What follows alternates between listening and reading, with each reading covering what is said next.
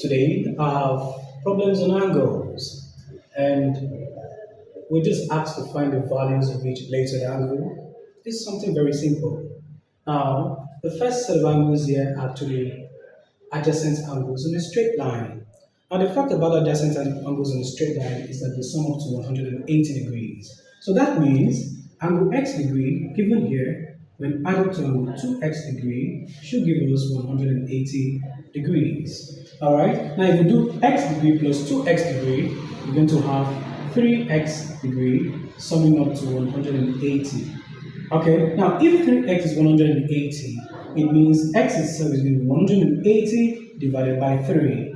And of course, 1 plus 8 plus 0 is 9. And 9 is a multiple of 3. That means 3 can divide. So 3 goes into 18. It's going to be 6 times and goes here 0. So we have that x is 60 degrees. That means the angle formed here is actually 60 degrees, but the angle formed on this other opposite side is going to be 2 times 60, and that is 120 degrees. So we found the angles for question number 1, and we move straight to question number 2. And for number 2, we actually have all these angles formed about a point, but it depends on how you view it. Now, if you view this straight line like this, what you see is that angle 70 degrees and this angle are actually adjacent angles on a straight line. Now, here's a straight line.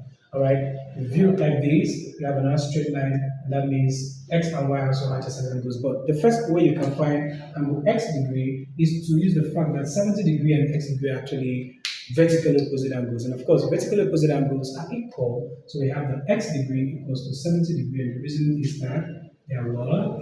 Vertically opposite. Okay, so remember I said vertical opposite angles are equal. Alright, now the next one, we can find angle y degree in many ways. Now the first way we can actually find angle y degree is to consider the fact that y degree and 70 degree are adjacent angles on this straight line. So their sum is 180 degrees. So we can say that y degree will be 180 degree minus 70 degree. Okay, now you have 0 minus 0, 10 minus is an 8 minus 7 is 110 degrees. Alright? Now, if you don't understand this, you can solve it this way. You can make it that 70 degrees plus y degree is 180 degrees. Right?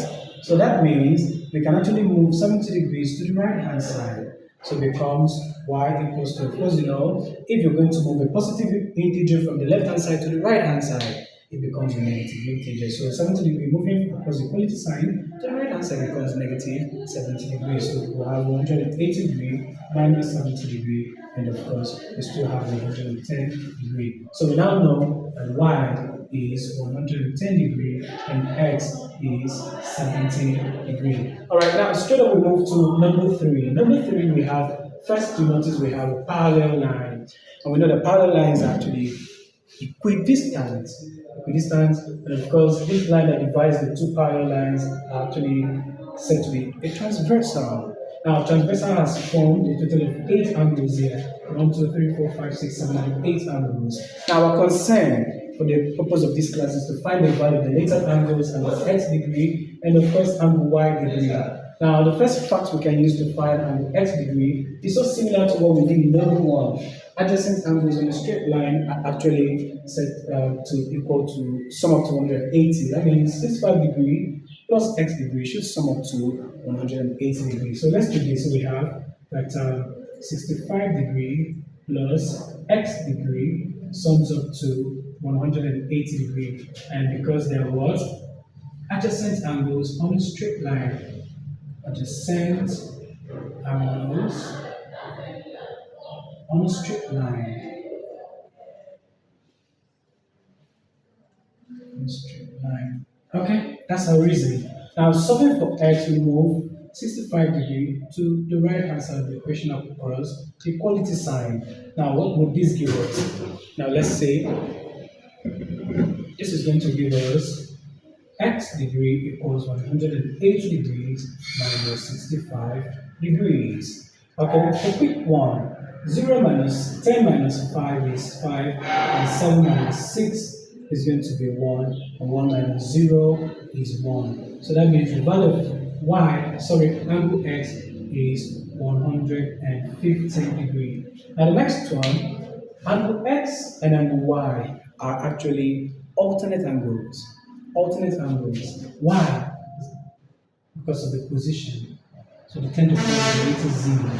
Okay, and of course, alternate angles are equal. That means if x is 115 degrees, it means y is also 115 degrees. So y equals 115 degrees. And reason alternate